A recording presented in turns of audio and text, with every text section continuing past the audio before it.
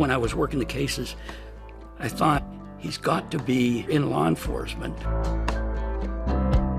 The first clue was in attack number 3 in Sacramento. He had gloves on to protect from fingerprints, and he's got a gun in one hand and a padded baton in another hand. And he says, "Freeze or I'll shoot." We felt so strongly that he could have a law enforcement background that we were looking at every officer in our department who fit the description of the height and the weight and the shoe size.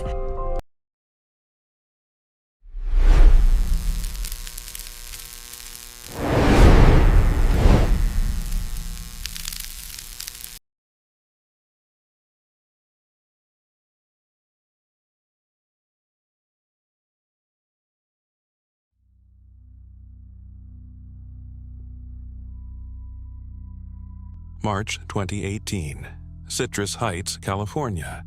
A man is sitting in a parked car on a residential street. He is alone. No backup, no warrant. He has been hunting the person who lives across from him for 24 years. He is 48 hours from retirement. He stares at the front door.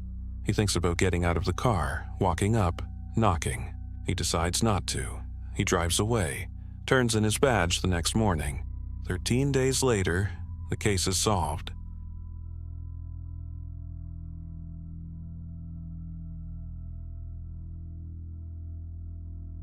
(1994). Paul Holes is 26 years old. He has a biochemistry degree and a new job at a county sheriff's office in Northern California. On his first week, walking through a storage room, he finds a thick manila file, worn at the edges. He picks it up. He starts reading. He was not assigned to this case. He had not been asked to look at it. He was supposed to put it back. He did not. The file was a map of a nightmare. A serial predator who had vanished in 1986. The East Area Rapist. The original Night Stalker. A ghost with 100 faces. A teenage girl was raped today in her home in Contra Costa County, and though officials are not saying it was the work of the East Area Rapist, they do say the crime was committed in his style. Betty Ann Bruno has more. Law enforcement officials from every police agency in Contra Costa County tonight are looking for the man who raped a 13-year-old Walnut Creek girl early this morning. The young victim was attacked in her Rancho San Miguel home. Police say she described her attacker as a white male, 6 feet tall, weighing 185 pounds. He was wearing some type of a mask or a hood. He was wearing shorts and a t-shirt. He apparently was in the residence for approximately 45 minutes. We don't know how he gained entry. She was bound. He raped her. He didn't bother anyone else in the residence, and the young girl's father and older sister were inside the residence at the time, were unaware of the attack. Johnson said her assailant may be the East Area Rapist, who is suspected of committing at least 4 other rapes in the same area, or he may be an imitator. Police are urging everyone in the Concord, Walnut Creek, and San Ramon area to be on the lookout and to report strangers in their neighborhoods who seem to be just hanging around or displaying any other suspicious behavior. This is Betty Ann Bruno in Walnut Creek for the 10 o'clock news. Paul didn't just read the file. He absorbed it. For the next 24 years, it would be the first thing he thought of every morning. He watched technology evolve from blood typing to DNA profiling, waiting for the science to catch up to the crime. By the end, he was no longer just an investigator. He was the keeper of the case's memory. The suspect was Joseph James DeAngelo, a man who knew the law because he used to wear the badge. The Golden State Killer wasn't caught by a high-speed chase. He was caught by a man who refused to put a file back, because sometimes justice is a long game played in the dark. Over the last few days, as information started to point towards this individual, we started some surveillance. We were able to get some discarded DNA, and we were able to confirm what we thought we already knew, that we had our man. And yesterday afternoon, in a perfectly executed arrest, my detectives arrested James Joseph DeAngelo, 72 years old, living in Citrus Heights. I can tell you that although it was DNA ultimately that led us down the right road, there were a lot of places that road could have led.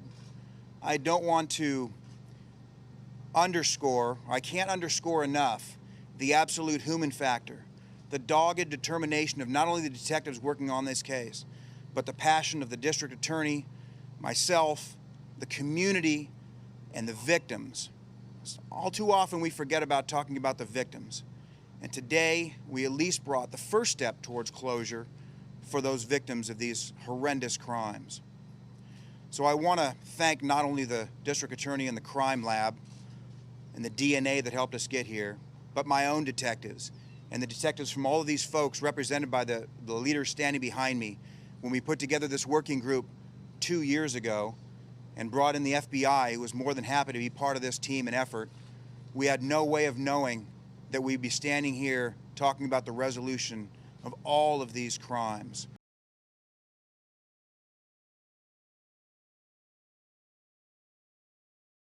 To understand what Paul Holes was chasing, you have to understand what he was up against. The man Holes would later identify was not a drifter or an outsider. He was a trained law enforcement officer who used his professional knowledge to stay invisible. He had studied criminal justice. He had worked burglary cases. He had attended briefings about his own crimes. He was, in the most literal sense, hunting himself. When detectives investigated the neighborhoods where crimes occurred, they noted something unusual. The attacker was not targeting lower-income areas. He chose upper-middle-class neighborhoods. He studied the routines. He prepared. This was not operating on impulse. This was methodical. The attacks began in Sacramento in 1976. Then they moved south. And as they moved, the nature of the crimes changed. In the north, survivors were left behind. In the south, they were not. Brian Maggiore was 21 years old. His wife, Katie, was 20. They had been married less than 2 years. On the night of February 2nd, 1978, they took their dog for a walk in their neighborhood.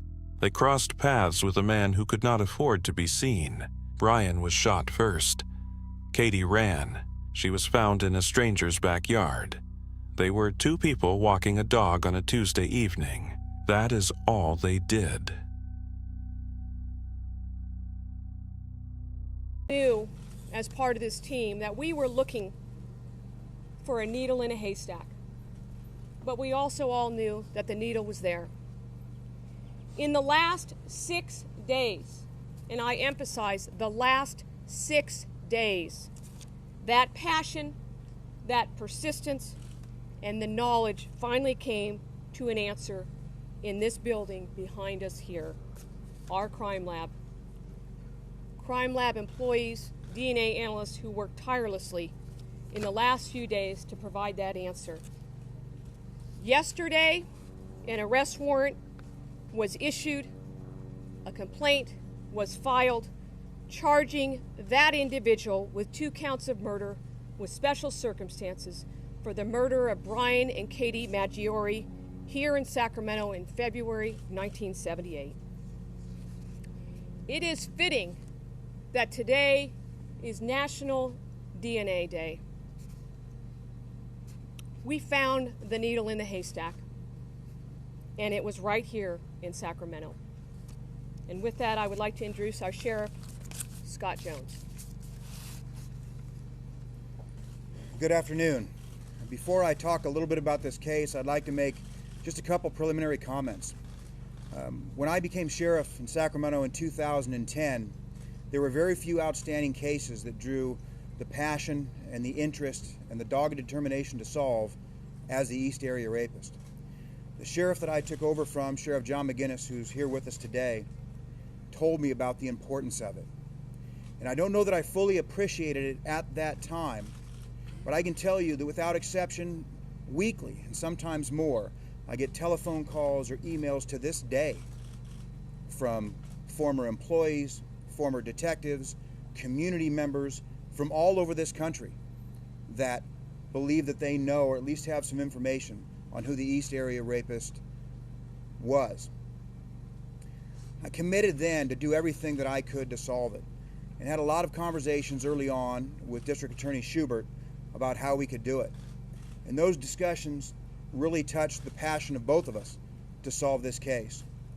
Both of us committed the best and the brightest, our hand-picked folks, to oversee the resolution of this case, and gave virtually unlimited resources and freedom to pursue whatever leads and technology currently existed. So I can tell you that over the last few days, as information started to point towards this individual, we started some surveillance, we were able to get some discarded DNA, and we were able to confirm what we thought we already knew, that we had our man. And yesterday afternoon, in a perfectly executed arrest, my detectives arrested James Joseph DeAngelo, 72 years old, living in Citrus Heights. I can tell you that although it was DNA ultimately that led us down the right road, there were a lot of places that road could have led. I don't want to underscore, I can't underscore enough, the absolute human factor, the dogged determination of not only the detectives working on this case, but the passion of the district attorney, myself, the community, and the victims. All too often we forget about talking about the victims. And today we at least brought the first step towards closure for those victims of these horrendous crimes. So I want to thank not only the district attorney and the crime lab and the DNA that helped us get here, but my own detectives and the detectives from all of these folks represented by the leaders standing behind me when we put together this working group 2 years ago and brought in the FBI, who was more than happy to be part of this team and effort. We had no way of knowing that we'd be standing here talking about the resolution of all of these crimes.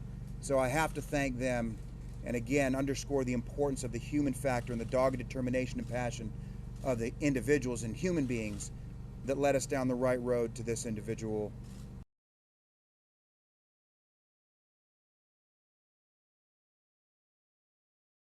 Paul Holes did not approach this case the way most investigators would. He visited every attack location personally. He walked neighborhoods at night. He tried to see what the offender saw when choosing a target. He constructed a profile so intimate that people who worked with him said he seemed to know the man personally. In his own memoir, he wrote, "I felt as if I'd come to know him well enough to get in his head when I needed to. Sometimes it worried me how easy it was." While he was doing this, he was also a husband, then a father. He would come home from a scene, a child's room, toys still on the floor, and his own children were in the house, the same age. He buried it. That is the word he uses. Buried, deeply buried. He used alcohol to cope. He has said so publicly. He had nightmares, panic attacks. He would leave the office to chase leads halfway across the state, terrified his supervisors would find out. His first marriage did not survive. His children grew up with an absent father, a man who was there physically, but whose mind was always somewhere in the evidence archive. Years later, after retiring, he finally saw a therapist. The therapist told him, "Every time you buried the emotional trauma from these cases, those are little nicks. And now you have so many nicks, you are bleeding out emotionally." He hadn't recognized it over 24 years, but he recognized it then. The case had stopped being a professional obligation. It had become a debt. To the victims, to the families, to the people who called him year after year, hoping for an answer he could not yet give.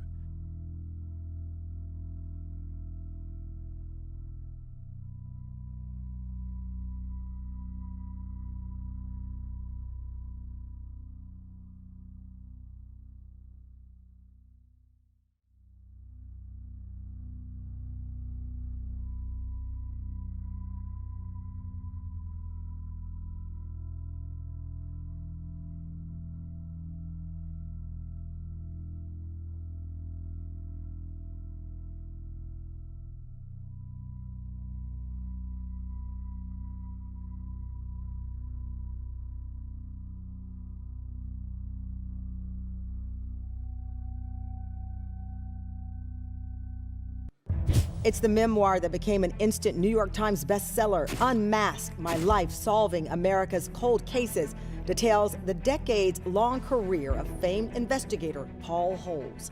Lifting up the crime scene tape, Paul takes readers on a gripping journey inside some of his most infamous cases, from the 1991 kidnapping of J.C. Duggar to the 2002 murder of Lacey Peterson and her unborn son, Connor.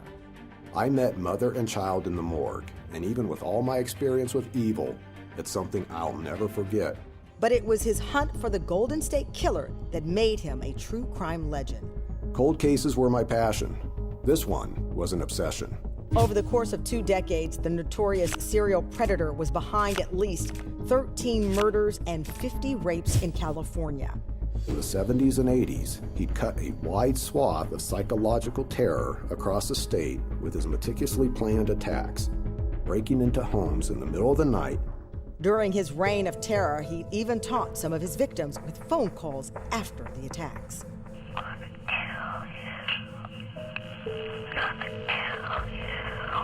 For more than 20 years, Paul never stopped searching, and in 2018, he finally cracked the case wide open, using DNA from crime scenes to find a distant relative through a popular genealogy website.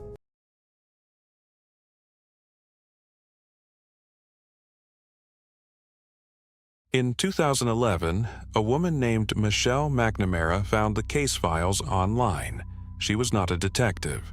She was a true crime writer, a blogger who had been drawn to dark, unsolved stories since she was 14. And she became, in the words of everyone who knew her, absolutely consumed. She began corresponding with Paul Holes. He was cautious at first, but she proved herself trustworthy, and then something shifted. I started to see a change, Holes said later, from being a storyteller to now she wanted to solve the case. She coined a name for the unknown offender that would eventually become the defining label of the investigation. She died in her sleep on April 21, 2016. She was 46 years old. Accidental overdose, multiple prescription medications, combined with an undiagnosed heart condition. She had been working long hours, unable to sleep because of anxiety and nightmares, unable to stop. Her book was published posthumously, 2 months before everything broke open. She never saw the arrest. She never saw the name she coined become the headline of the decade. By 2017, Holes was in his final year. He contacted a retired patent attorney turned genetic genealogist named Barbara Ray Venter. She had developed expertise in using DNA to trace biological family connections, a technique designed originally to help adopted individuals, not to catch fugitives. Holes sent her crime scene DNA collected decades earlier, and at 3 o'clock in the morning on April 14, 2018, she was reviewing test results when she learned the unknown subject had blue eyes. Of the remaining suspects, only one matched. She said later it gave her goosebumps, because people had been looking for this person for 43 years, and suddenly she knew who he was. He was 72 years old. He lived in Citrus Heights, the same neighborhood where the investigation had begun. He had been there the whole time. The team began surveillance. They followed him. They waited for him to discard something that carried his DNA. And while that happened, Paul Holes was packing up his desk.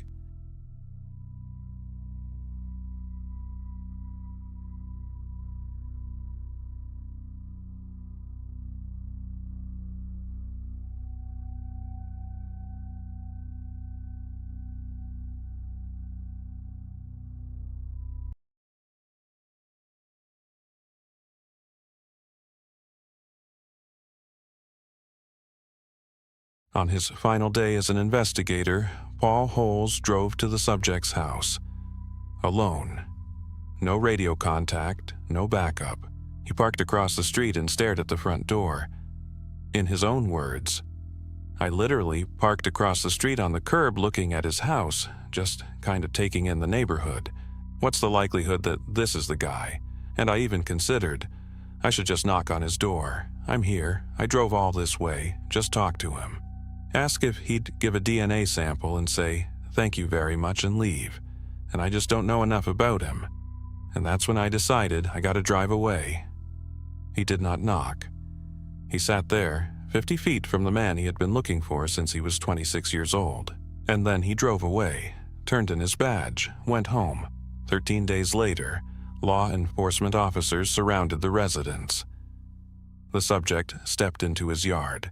He had committed 13 known homicides and over 50 attacks across 11 California counties. He was a former police officer. He had evaded detection for 40 years, and when he saw the officers around him, he said in a high-pitched voice, "I have a roast in the oven." He offered no resistance. Once inside the county interrogation room, he slumped into a plastic chair. Alone, he stared at the walls for nearly 2 hours. 40 years of concealment. Over. They called Paul Holes. He helped write the arrest warrant, even though he was technically already retired. One of the first calls after the arrest came from a survivor who had been waiting 42 years to feel safe in her own home. She asked, "Is it really him?" He told her it was. He said later that single phone call was the ultimate reward, not the headlines. A call from someone who could finally sleep.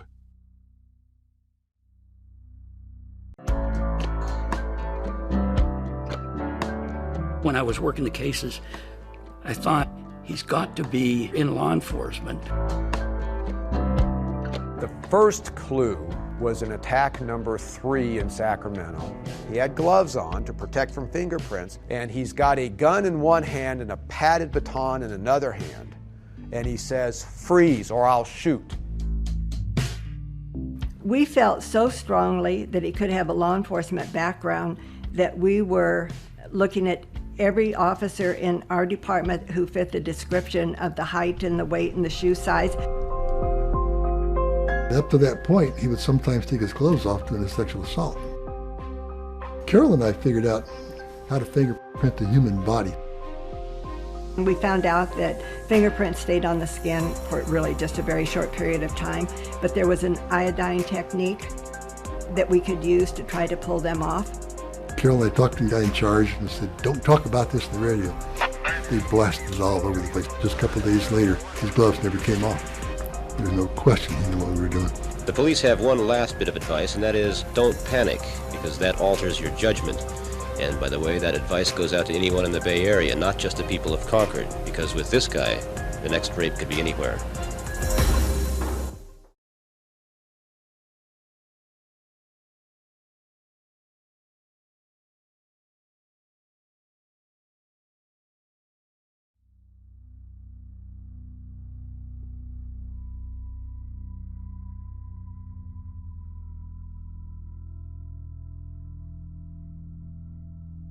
Before the courtroom, we need to stop. This story is not about the investigator, and it is not about the subject. It is about the people who were taken from their lives. A young couple walking their dog, a family found by their 12-year-old son, a newlywed couple in their first home, an 18-year-old girl home alone while her family was on vacation. The survivors, more than 50, who built their lives around a wound that was not theirs to carry. Some of them never got closure. Some died before it came. 43 years was not a bureaucratic failure. It was 43 years of people carrying something that was not theirs. August 2020. The subject arrived at the Sacramento County Courthouse in a wheelchair. Over 3 days, nearly 24 survivors and family members stood before him and spoke. One survivor, who had been waiting since 1976, stood at the podium and said, "I want you to look at me. I want you to remember what I have to say." Another survivor brought with her a woman who had once been engaged to the subject in the early 1970s and had broken off the engagement. Through her friend's voice, she delivered one line, "Even a gun pointed at her face could not make her choose you." On August 21, 2020, he was sentenced to life in prison without parole. He said he was truly sorry. Paul Holes went through therapy after retiring. He addressed 24 years of compressed grief in a therapist's office. He has been married a second time. He still works cold cases.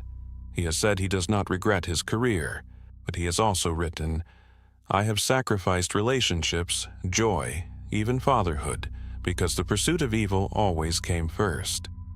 Did I make the right choice? It's something I grapple with every day. He came within 50 feet of his subject on the last day of his career. A DNA sample from a discarded tissue solved in 13 days what he had pursued for 24 years. He did not solve the case. He made it possible for the case to be solved. That distinction matters. No headline has ever quite captured it. The subject is in prison until he dies.